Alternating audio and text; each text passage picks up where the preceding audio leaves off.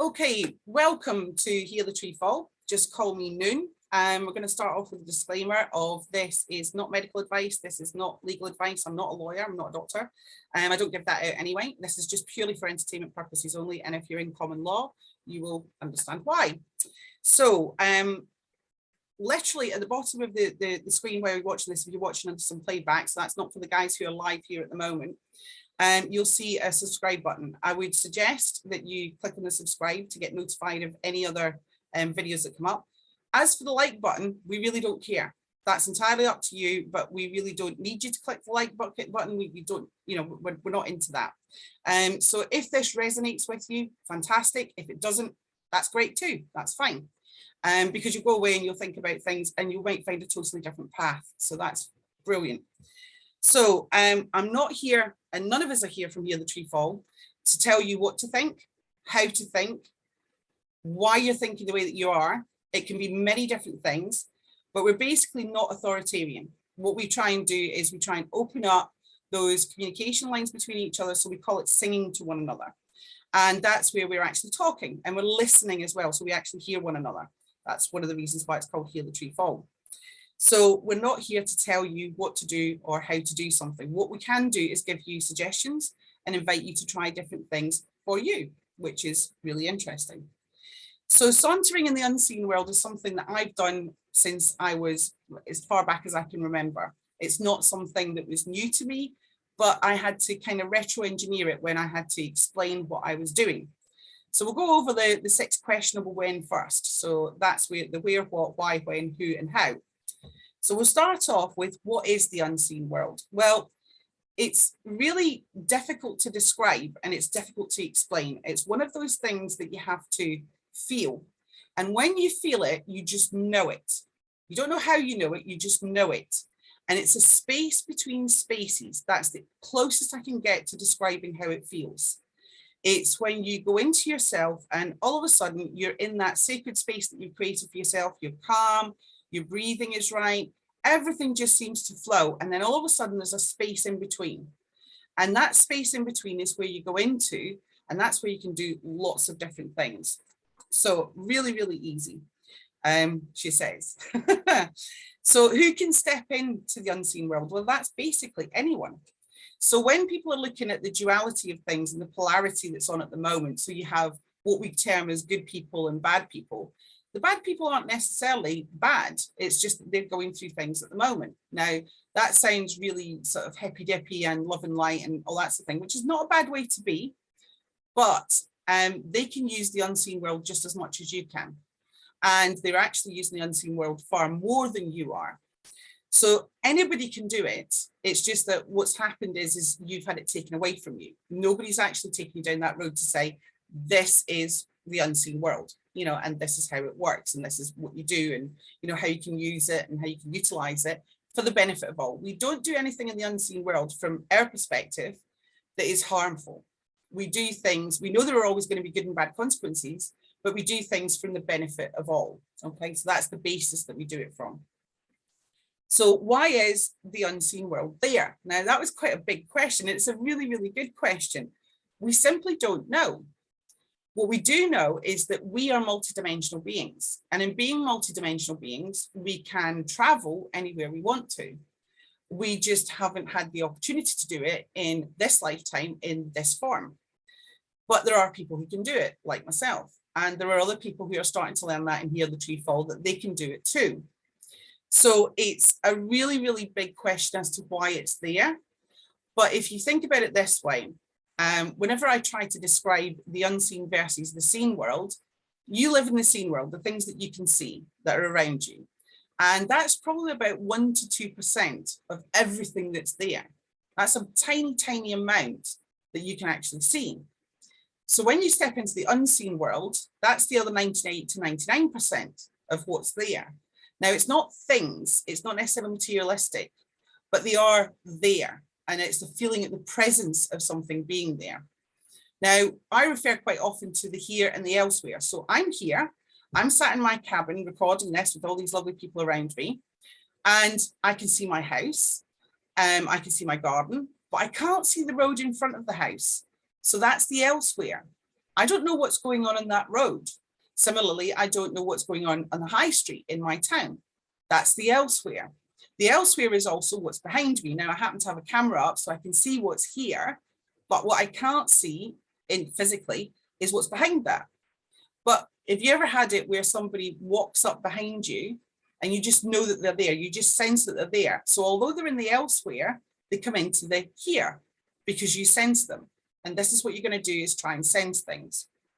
So that's a little bit of an explanation of why it's there. Not really very good, because it is a huge question. It's a massive question that we've been trying to answer for millennia, okay? So where is the unseen world? Well, it's literally right here and right here. It's within you and it's without you, all at the same time. You're part of it.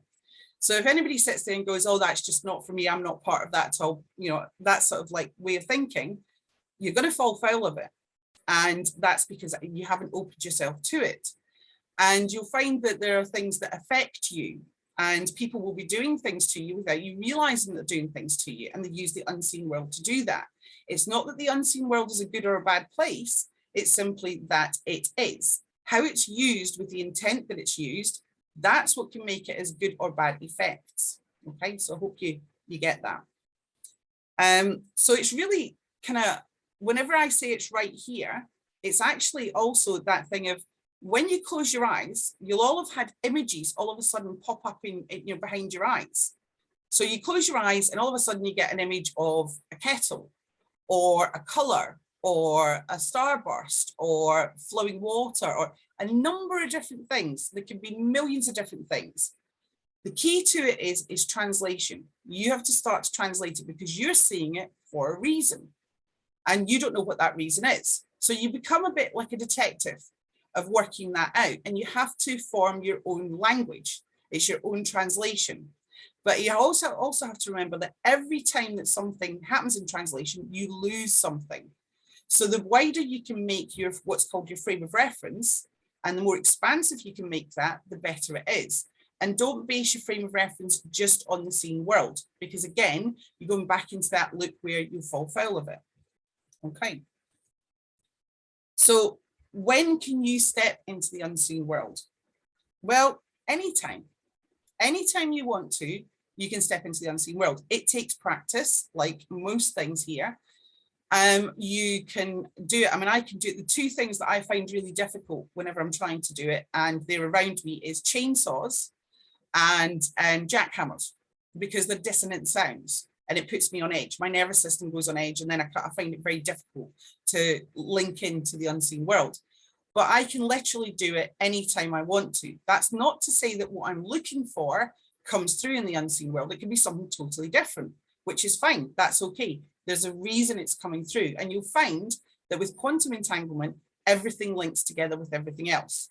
So I hope you guys are getting this. And I hope you're writing down all your questions as well. And for those of you watching on playback, absolutely put a question in the comments box and we'll try to get to you.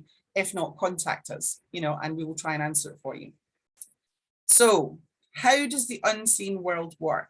Well, that's really complicated because it's many ways of being. Now, I can talk to someone in, let's say, Lebanon, and they can link into the unseen world really easily, the same as I can. We can see the same things, but it won't be exactly the same. They'll be similar, but it won't be exactly the same. But we will translate that into the same story, which could be the past, the present, or the future. The unseen world deals with all of that because all of those things are in the unseen world. And like I said, you're looking for that space between spaces. And it's, how I put it, of the way I see it, I know I've listened to a lot of people who see it differently, but for me, it's like a flow of energies. And then I can hook onto those energies and ride them, if you like, for want of better words, to then go back into the past or to go into the future. It makes you sound really omnipotent, but physically our ego brain finds it difficult, our conscious brain finds it difficult to translate a lot of the stuff. So, and we find it difficult to explain or describe a lot of what we see and what we feel. And the predominance is what you feel, not necessarily what you see. Different people will get it in different ways. So they'll get it, sometimes they'll hear things in their ears, or simply inside them in the heart space or in their head, they'll just hear things. Other people, they see images, especially when they close their eyes. So you kind of, it's the same as using blackout blinds. Other people will get it through smells in the nose, other people through taste, and other people will have sensations, or they simply sense. So sentience is just sensing. You don't know why you're sensing it, but you're there to figure it out. You're the translator. That's the key part to it. It's how you translate it. Are you going to get it right every time? Probably not.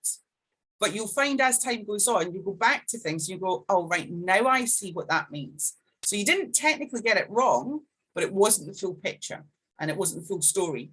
And that's what you're looking for, is the story and how that story goes. Okay.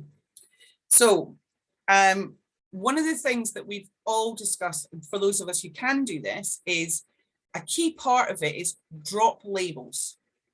Anything you have a label for, drop it, forget it. You see a table, don't call it a table. And I know that sounds really strange, but when you drop labels, everything becomes clearer, believe it or not. We live in a world whereby we are taught to have labels for everything. And we even have labels for each other. So that's why I said, just call me Noon. It doesn't mean that that's who I am. That's simply a label for you to address me by. And whatever your name is that simply a label to address you by. So how you are in a past life through your soul facets, or how you are in an ancestral lineage, or even how you are in the future, is not the you that you are now. And even between breaths, you are still not the same you that you were a breath ago. So the label doesn't stand. It's purely there as an identification. And you don't need to identify everything. You simply need to feel what it is. If you see it as an image and you know that that's a table, you go, okay, it's a table, but I don't need to see it as a table, i.e. the word table. You just see it as a structure, and that's it. And you just drop that label completely. And then the table may well change and morph into something else. Things in the unseen world morph a lot because they're trying to get lots of information, or you're actually trying to get lots of information to you for you to translate. So it can be very overwhelming. There are quite a few people that when they first start in this, they get really overwhelmed and they make themselves ill. So don't do that. Take it slowly, take it step by step, the way you need to. It's completely unique to you. No two people go into the unseen world the same way. They may use similar techniques, but it's never, ever going to be the same. So take your time on it. Okay.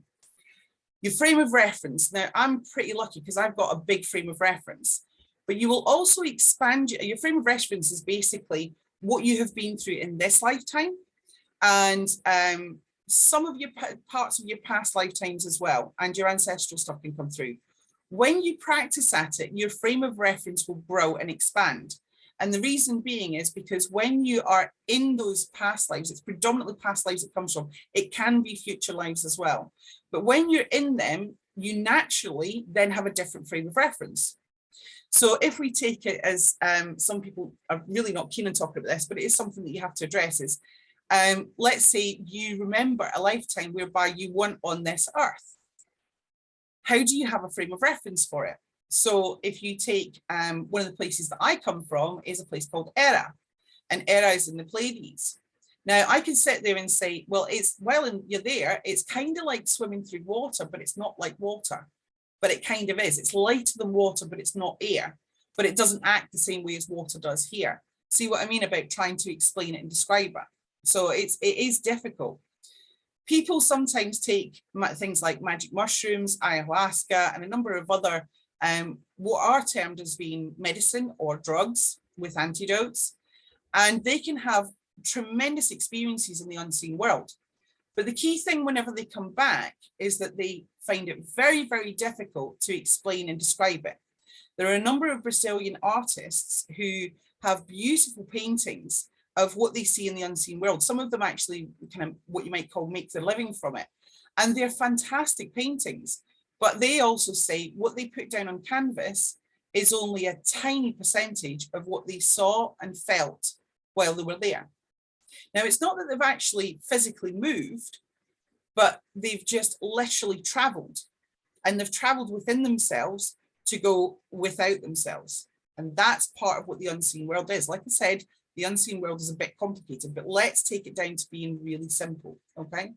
So with you being here, you've come to the right place if you found this. It's really, really simple.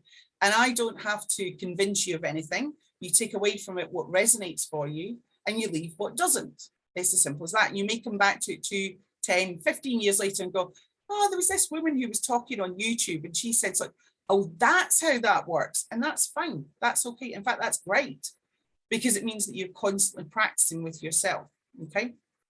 So the other part is seeing energy in many forms. So you will see energy in lots of different forms.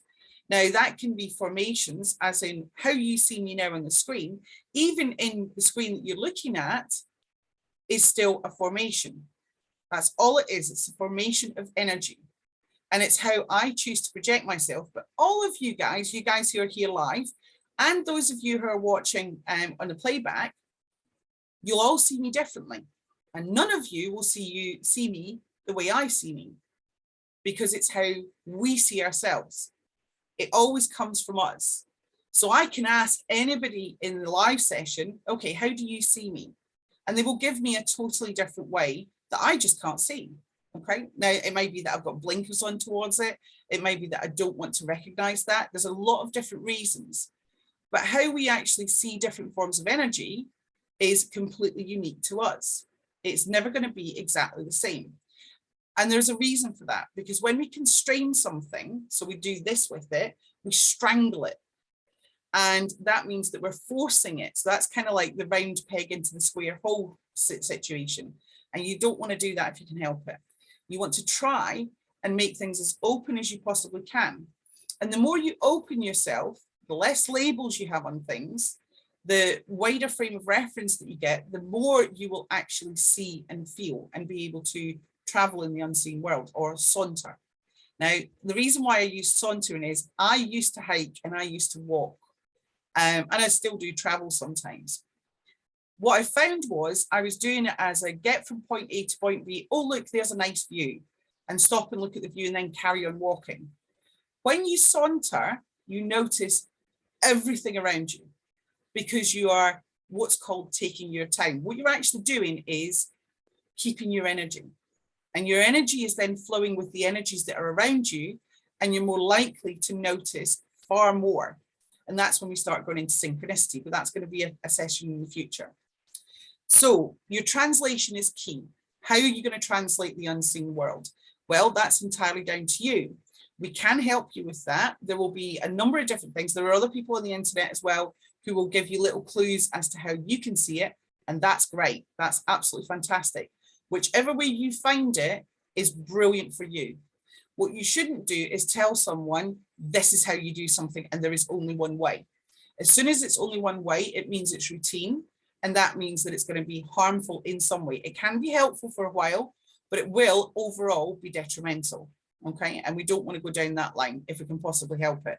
It's okay if you have a job and you have your life to lead and you've got children and you have to do all these different things, but find a little bit of time for you to come into yourself so that you can saunter in the unseen world. So we're going to do a little bit of an exercise, which is going to obviously stay on the playback as well. And that is, the first thing is to find a calm space. Now, if you aren't in a calm environment at the moment, that's okay. Wait until you are and then play this back, and you can do it from wherever we are in this video right now. So just clock the time and then know that all you're going to do is play it from that bit forward. So finding a calm space is the first thing. And the reason we want calm is because a lot of noises, a lot of frequencies are distractive, and we don't want to be distracted. Parts of our brain and how it works, and parts of our feelings and how they work, get distracted very, very easily. And they've been trained to be distracted easily as well by how we've been taught to be, how we've been indoctrinated into things, and a whole host of other stuff. So just finding that calm space is really, really important for us. When we've found that calm space, the first thing we want to do is breathe. And I know that sounds so simple, and you go, well, Nina, breathe all the time. Yeah, you're absolutely right, you do. But where do you breathe from and where do you breathe to? So when you breathe in, a lot of us have now been trained to breathe from up here. And that came from being very young and going to school and being in front of teachers and being asked lots of questions. This breathing up here in this part of our lungs is a stress breathing. It puts us into a posture of stress. The second part down for our breathing is a little bit better. So if I raise myself up a little bit, you'll see it. So that's from there to there, just above our tummy. Okay. Whenever we breathe into that part, we're starting to actually breathe into our heart space. So it doubles back on itself and it breathes into our heart space and fills that up. And then it deflates it as well, because it's energizing itself all the time. And then the third part is way down into our tummy. So as we breathe in, and specifically through our nose, we breathe into our tummy and let our tummy fill up. And then as we exhale, we breathe out everything out from our tummy through the other two parts and coming out through our nose. Now, the nose is particularly important. You can do it through your mouth. If you find that your nose is blocked, you will still have the same effect. The reason we try and use the nose is because we can actually direct our breath through the nose. If you look at prana breathing, they use that to change the direction of their breathing. Every half hour, you will naturally breathe out of a different nostril, which is exactly what's meant to happen. When you breathe in and then breathe out, it's not the actual breath in the inhale or the breath on the exhale that you're going to place your focus on. It's actually the pause in between, because that's what helps you get to the space between spaces. It's that pause where nothing happens, or it seems as though nothing happens, but it's actually where everything happens. That's the bit that the key part that you're looking for. Now, you can get there through meditation, absolutely. And if you found a way to do that, fantastic, go for it. You can use parts of meditation. You can use parts of different types of breathing, like Kundalini breathing, and they will get you there as well. You will find your own way of doing it. All I can tell you is how I do it and how I find that space between spaces, okay? So the next part for that is to then drop all your ideas of feelings, of ego, consciousness, and labels. Now, a lot of people find that very difficult because they live in this world. It's what they call reality, but it's actually not that real. When you let them drop, and it's what we call letting go or letting the ego slip, and we literally, imagine your ego is here, we literally let it just slip. We don't want to get rid of it completely. It's a handy thing to have, but we just need it to slip for a little while. Now, when you first start practicing, what you'll find is that slipping part is for a couple of seconds, and that's okay. That's great. That's absolutely fantastic. When it slips, you then feel that feeling that you've got for that couple of seconds. And then when you do it the next time, you'll find that it'll expand. With practice, it'll get more and more and more. Don't straight away go into, oh, I've done it for a couple of seconds, I need to do it again. Now you're in an excitable state. So you're not calm, you're not going to be breathing properly into yourself and out of yourself. You're not going to find those spaces. And that's where a lot of people get frustrated. They do it once, they get a tiny glimpse, and then they go, I want to do it again, I want to do it again. And then they fail. And that means that you then feel a failure. And it's not, it's just you're learning. That's all you're doing. You're uncovering in yourself what's there. So be kind and be gentle with yourself. So leave it for 5 minutes, leave it for 10 minutes, leave it for a couple of days, and then come back to it and practice again. And then you'll start to find that it will start to expand. And you'll start to notice the little signs that you have. Am I really in a calm space? Do I need to have my headphones on? Do I like to have music on while I'm doing it? Some people do. I don't, but other people do. Find the music that resonates with you for you to do it. Do I need to be lying down on my bed? Do I need to be sat up? Do I need to be on the floor? Do I want to be on the ground, on the grass? There's lots of questions only you can answer. It's where you feel comfortable, where you feel calm, and where you can breathe. That's the main key things to it, okay? So the other part is that you'll all have had this. You'll shut your eyes and all of a sudden you'll get an image of something, or you'll hear something in your ears, or you'll smell a distinctive smell, or you'll taste something without having eaten anything, or you'll feel something on your fingers as well, or something brush up against you. Let it come. Don't let your ego click back in again and go, what was that? How does that work? What is it? All those questions, straight away, it will go. It won't come to you. You have to just let it come. And it's kind of surrendering yourself to it. So when you surrender, it means that it's not just that you trust the unseen world, it's that you trust yourself. You even trust your ego to click in when necessary to keep you safe, okay? So whenever you do that, it makes life a lot easier in a lot of different respects, okay? To be able to do that, let your ego slip, trust yourself, and that what you're seeing is what you're seeing. If you and I lie down together and we're, you know, like sort of like doing this, breathing and doing all the same sort of similar sort of things to get there, we may well see the same things. We may see totally different things, but that's where the translation comes in. How we translate something is incredibly important. And we always have to remember that it's based on our frame of reference. So when we let go of that frame of reference and continue to expand it, that means our translations become far better and far more accurate. Now, what you will find, and I'll put a caveat into this part, some people will be really frightened of what you can do. When you start opening yourself, and I know there are some guys here in the live that already can do part of this, but some people get really, really frightened of what you can do because they think you're going to do it all the time. And that's simply not the case. Do we have rules and regulations? No, we don't. But what we do have is ourselves. So in honor, I would never, ever work on someone without their consent.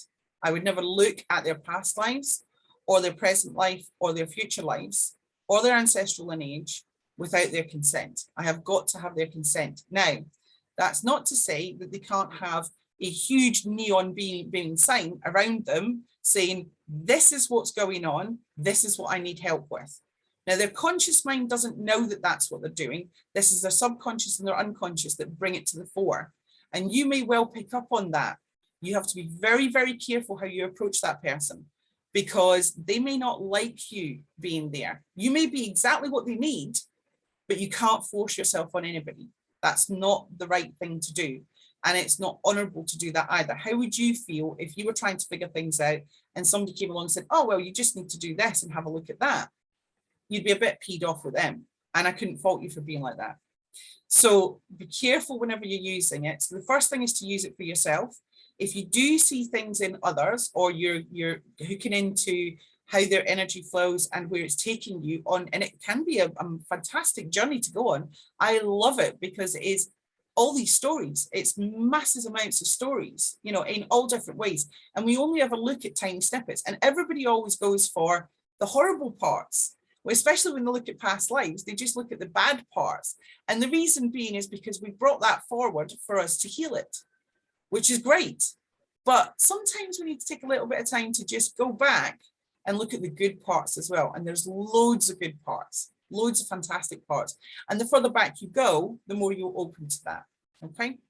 So the last thing is don't dismiss anything. And even if you think it's wrong, because your ego tends to click in very, very, it's a split nanosecond for the ego to click in to try and keep you safe. But even if you think it's wrong, you can put it on the back burner and you can go, right, okay, that just for me doesn't fit, but I don't know why it doesn't fit. Now that could be your translation is wrong. It could be that your frame of reference isn't there for it. So you need to expand that. And you may well find that a couple of days later, especially if you put it out to quantum and you say, okay, I don't understand this bit that I have seen. Can you give me some more direction? All of a sudden, quantum will bring up things in your path and you'll then go, oh, that's how that went. Right, okay, that's what I was seeing. And that's your frame of reference expanding. You then get the understanding of it, and that makes life an awful lot easier. So don't dismiss anything you see, feel, hear, taste, touch on your fingers, you know, or your arms predominantly. I have heard of other people who feel it with their feet, you know, that's predominantly in Namibia. So people in Namibia tend to feel it through their feet. And I also know that some Indigenous Australians, as in Aborigines, they feel a lot through their feet as well. And you would think that was quite difficult because they have quite, you know, built up feet because they tend to walk barefoot a lot of the time. but they still have that sensation because they walk on the earth predominantly without shoes. So their connection is there to the earth, which is really, really good. So when you dismiss something, what you're doing is you're dismissing something about yourself. So don't be dismissive, be open to everything. When you're open to everything, it all makes sense. It becomes an awful lot easier. So I hope you've enjoyed this session. And there's going to be a part 2 to the session, so where we're going to do a Q&A with everybody who's on here live. And like I said, if you've got any questions, pop them into the comments box, and either I or someone else from Heal the Tree Fall will answer it. Or you can have a look on our broadcast channel on Telegram, Heal the Tree Fall, and we put up quite a lot of, if somebody's asked a question, we tend to put it up there and give an answer that we have for it. It might not be the answer that someone's looking for. And what you want to do is not look for a yes, no answer. You want it really to be more questions, because that gives you the answer in its own right, which is really, really cool. So I hope you've enjoyed it. And thank you very much for coming. And thank you very much for listening to us and hearing what we've got to say. And I hope this helps you. And bright blessings, and speak to you later.